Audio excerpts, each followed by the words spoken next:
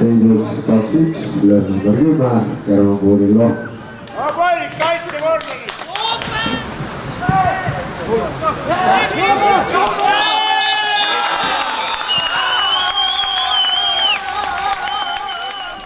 No nii, palju õnne võidu puhul kõigepealt. Thanks. Ütleme nii, et viimast mängud ei ole kõige paremad olnud. Nüüd Maardu ehk tabeli liidri vastu kindel võit, et millest see võis tulla? Ma ei tea, võib-olla, et lõpuks võtsime ennast kokku ja leidsime motivatsiooni, et liidritele ära teha. Aga millest tulenesid need kaotused siis, eelnevad kaotused?